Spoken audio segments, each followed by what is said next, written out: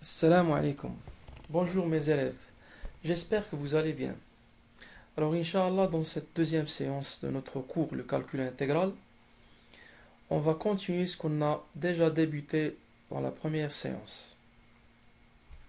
Pour cela, commençons par un petit rappel de ce qu'on a déjà vu dans la première séance.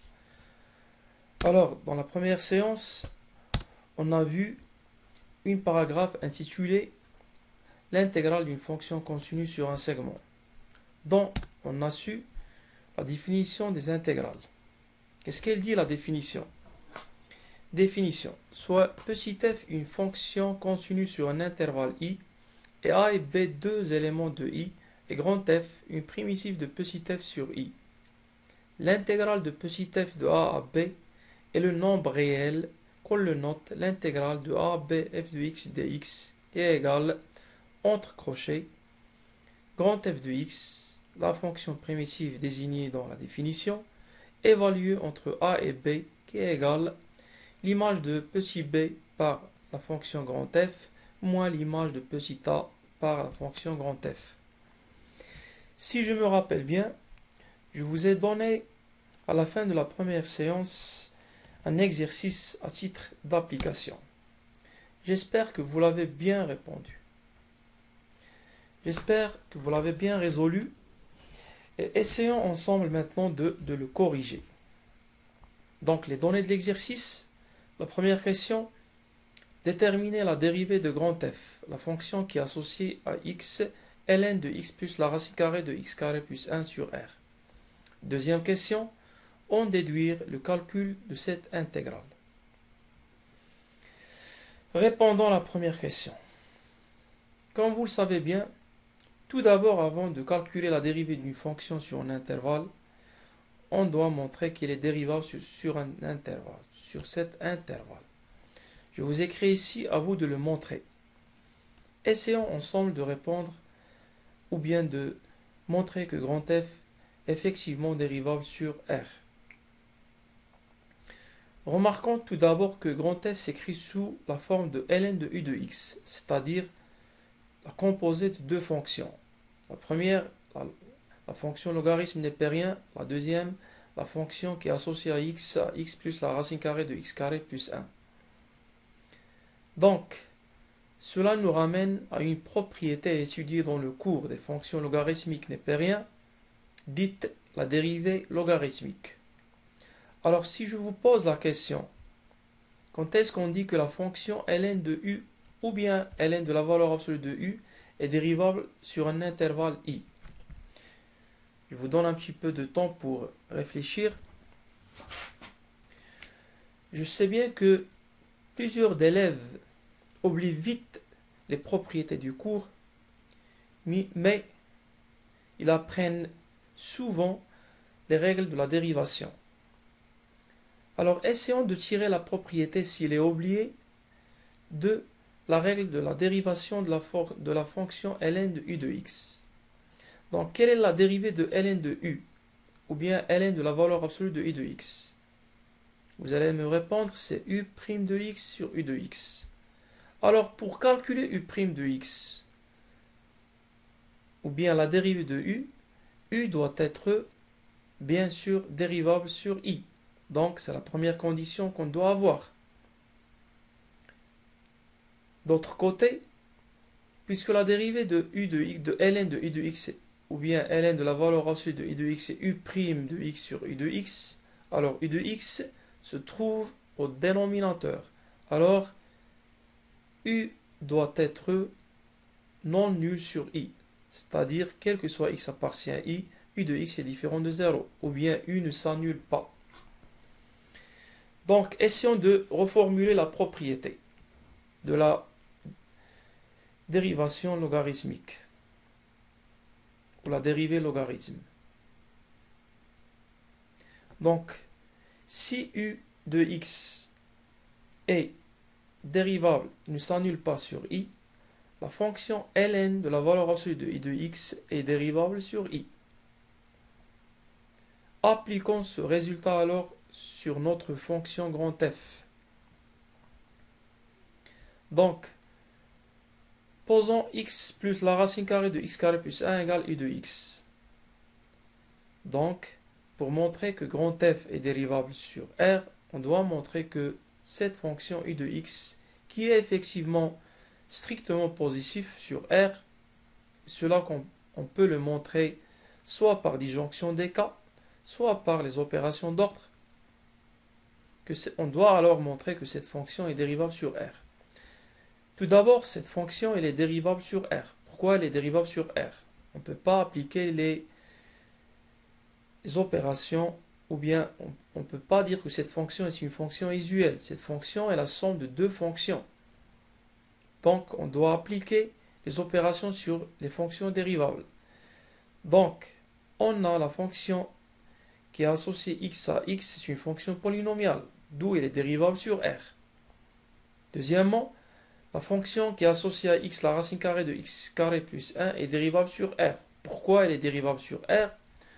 Tout simplement parce que la fonction qui est associée à x, x carré plus 1, est dérivable sur R, plus cette fonction elle est strictement positive. Rappelons la propriété de la dérivée de la fonction racine de u. Donc pour que la racine carrée de u soit dérivable sur R, u doit être dérivable sur R et strictement positif. Et la dérivée de racine carrée de u est u' sur 2 racine de u. Donc on a montré que la fonction x qui est associée à x est dérivable sur R, et la fonction qui est associée x à la racine carrée de x carré plus 1 est dérivable sur R, d'où par sommation, la somme de ces deux fonctions est dérivable sur R. Donc, on a montré que la fonction u est dérivable sur R. Reste à montrer qu'il est non nul sur R. Bien sûr, cette fonction qui est associée x à x plus racine carrée de x carré plus 1 est strictement positif sur R. Comme je vous ai dit, on peut la montrer soit par disjonction des cas, en la montrant qu'il est strictement positif sur R plus et sur R moins, ou bien par les opérations et ordre. Donc, la fonction u de x, ou la fonction u, est dérivable sur R et ne s'annule pas sur R, d'où la fonction grand F est dérivable sur R. Alors, essayez de rédiger ce que j'ai dit maintenant à la main pour bien comprendre comment on a pu montrer que grand F est dérivable sur R. Maintenant, puisqu'on a pu montrer que grand F est dérivable sur R, essayons de calculer la dérivée de grand F.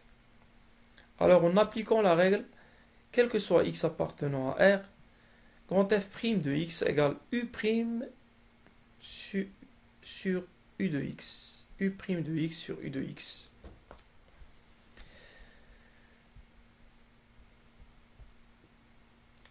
La dérivée de x, ça fait 1. La dérivée de racine carrée de x carré plus 1, ça fait 2x sur 2 la racine carrée de x carré plus 1.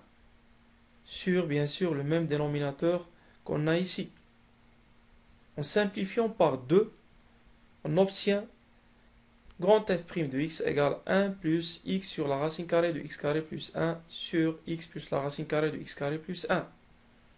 Aussi, en simplifiant le calcul, en rendant le dénominateur en commun, on obtient grand f' de x égale la racine carrée de x carré plus 1 plus x sur la racine carrée de x carré plus 1 sur x plus la racine carrée de x carré plus 1.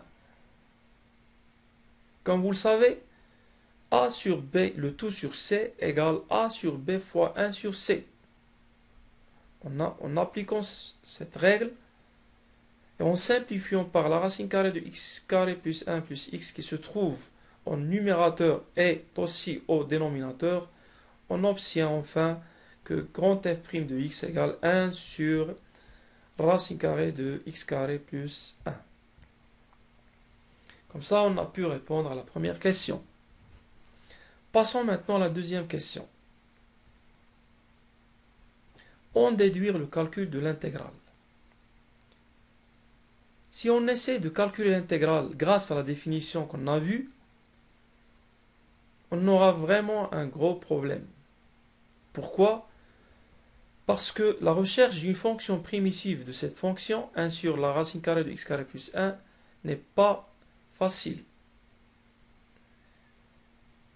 Bien sûr, comme vous le savez, pour chercher une fonction primitive d'une fonction conçue sur l'intervalle, on exploite le tableau des fonctions primitives. Mais cela est toujours possible. On peut avoir la chance de reconnaître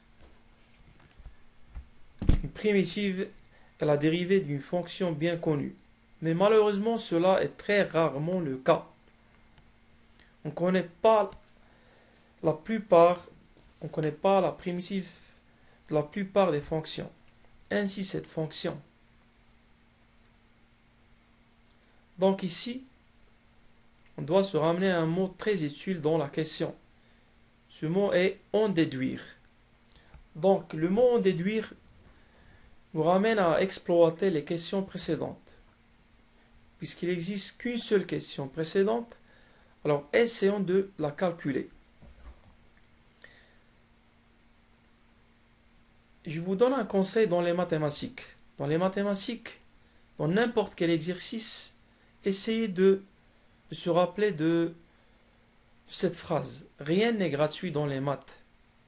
Donc, puisque la première question est donnée, alors on va l'utiliser sûrement.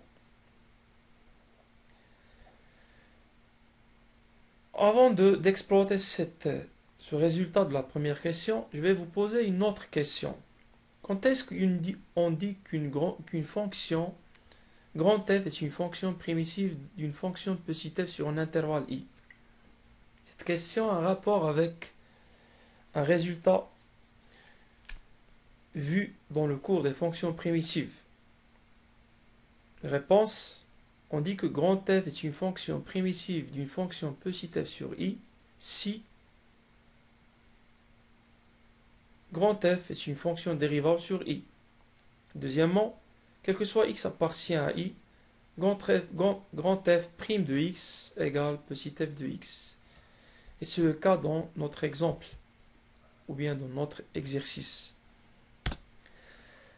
D'après la première question, une fonction primitive de la fonction qui associe x à 1 sur racine carrée de x carré plus 1 est grand f. Pourquoi? Vous pouvez répondre à cette question facilement, parce que grand f est dérivable sur R, en particulier sur l'intervalle de borne 0, 3/4.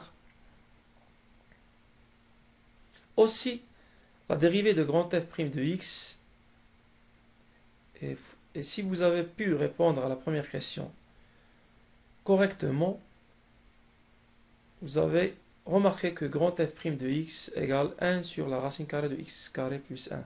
Donc grand f, on peut déduire que grand f est une fonction primitive de la fonction qu'on veut intégrer. D'où, maintenant, on va utiliser la définition qu'on a vue.